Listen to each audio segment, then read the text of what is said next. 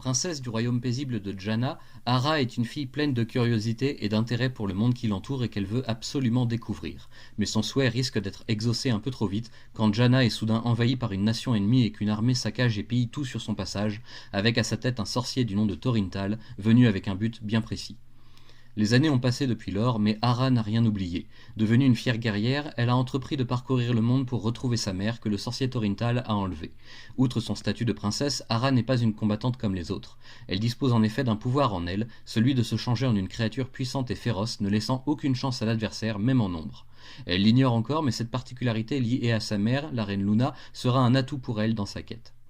Tantôt accompagnée par celles et ceux qu'elle sauve sur son chemin, tantôt en solitaire, Hara voyage coûte que coûte vers la lointaine cité de Véris, où Thorintal retient sa mère prisonnière. Les épreuves sur sa route seront nombreuses, mais elle parviendra à triompher de toutes, sa force et sa détermination la guidant jusqu'au bout du périple. Au bout du chemin, elle trouvera peut-être enfin l'explication sur sa vraie nature, et peut-être même parviendra-t-elle à rendre sa reine au peuple de Jana, si loin derrière elle maintenant.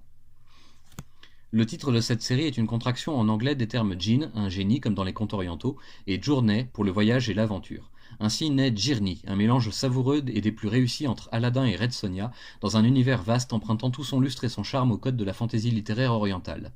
Le scénario est signé J.T. Krull, tandis que les dessins pour ce seul premier tome sont de Paolo Pantalena, qui fait des merveilles pour introduire cette belle histoire qui se poursuivra dans au moins 2 prochains tomes. Sur le blog, j'ai déjà chroniqué ce récit et le suivant dans les articles sur la VO du vendredi, mais à l'occasion de la sortie en version française de ce titre Aspen Comics, je me devais de revenir dessus et de vous en parler à nouveau. L'édition d'Alion Comics est toujours de belle qualité, même si, comme à chaque fois, il aurait peut-être fallu une relecture pour éviter certaines coquilles dans le texte.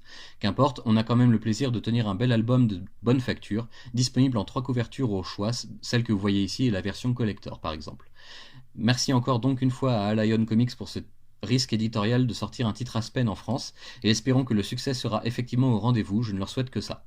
Pour en revenir à l'histoire elle-même, c'est donc avant tout un voyage extraordinaire et magique vers l'inconnu, une quête que doit accomplir Hara pour retrouver sa mère, mais aussi apprendre la vérité sur elle-même et ses étranges pouvoirs. Le monde qu'elle découvre au fur et à mesure de ses aventures lui réserve bien des surprises, et la fin de ce premier tome vous annonce d'ores et déjà du lourd pour le suivant. Tout est très coloré, les créatures ont un design spécifique à chaque fois et les différents terrains traversés sont bien déterminés graphiquement également. Il n'y a pour ainsi dire aucun vrai reproche que l'on pourrait faire à ce récit, à part que l'on veut absolument lire la fin un beau jour tant en VO qu'en VF.